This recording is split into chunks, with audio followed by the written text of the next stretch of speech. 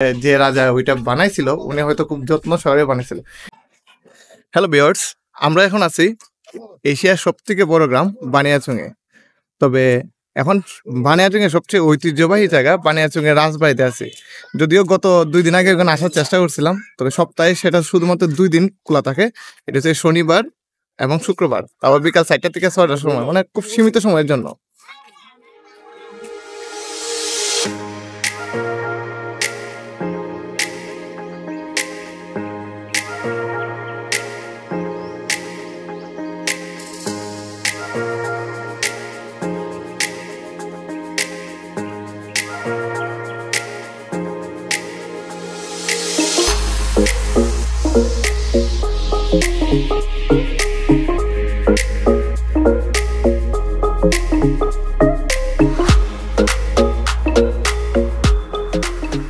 রাজা পদ্মনাভ দ্বাদশ শতাব্দীর হয়তো কিছুটা আগে বানিয়াচুঙের রাজা অধিষ্ঠিত হওয়ার পর উনি সাগর দিঘির পারে এই রাজবাড়িটা স্থাপন করে। যদিও সাগর দিঘির থেকে এটা কিছুটা দূরে, তবে রাজবাড়ির ভিতরে ঢোকার পরে এখানে শুধুমাত্র একটা পার্ক ব্যতীত আর কিছুই দেখা যায় না। তবে সামান্য কিছু ধ্বংসাবশেষ আছে, তবে এই ধ্বংসাবশেষগুলা দেখার মতো তেমন কিছু নেই। কিছু পুরাণাকৃতির কিছু বিল্ডিং রয়েছে।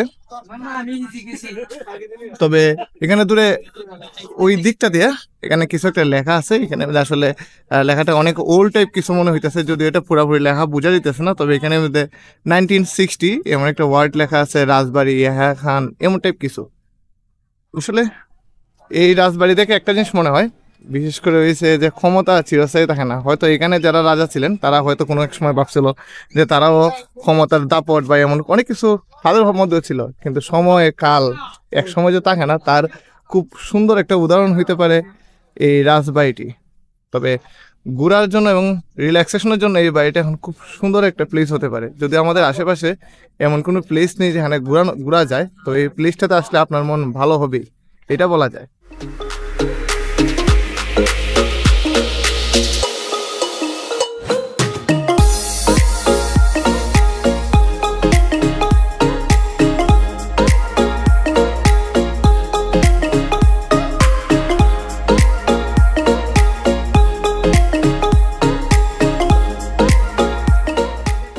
একটু একটা ভিতরে একটা ধ্বংসাবশেষ আছে, এইটার ভিতরটা দেখেন, মানে কত সুন্দর করে যে রাজা ওইটা বানাইছিল উনি হয়তো খুব যত্ন সহকারে বানাইছিল।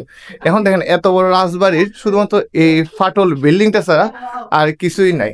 তবে এই এই জিনিসগুলা, এই ইটগুলার মধ্যে অনেক ইতিহাস লুকাই আছে। বানিয়াচুঙের অনেক অনেক স্মৃতি, অনেক অনেক কিছু লুকায় থাকতে পারে। এখানে আমাদের অনেক দুঃখ থাকতে পারে, সুখ থাকতে পারে, কষ্ট থাকতে পারে, সবকিছু মিলাই এই বানিয়াচুং রাজবাড়ি। যদিও এইটার দায়িত্বে কে আছে জানি না, তবে মোটামুটি হয়তো সংরক্ষণে থাকলে একটু ভালো থাকতো।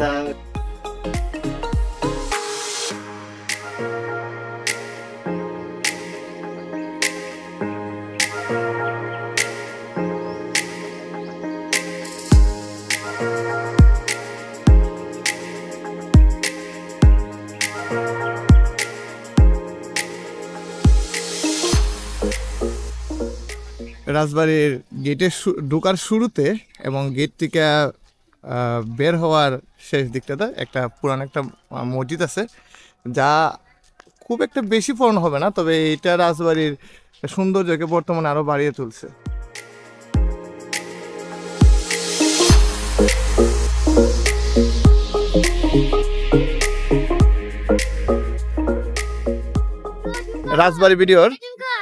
রাজবাড়ির শেষ বেলায়, মানে এক্সপ্লোর করার শেষ বেলায় আমি পেয়ে গেছি আমার সব ছোট ভাইদের। আমার এখানে সব ছোট ভাই, ওই যে সব ছোট ভাইরা আছে, আর এটা আমার বাইক না।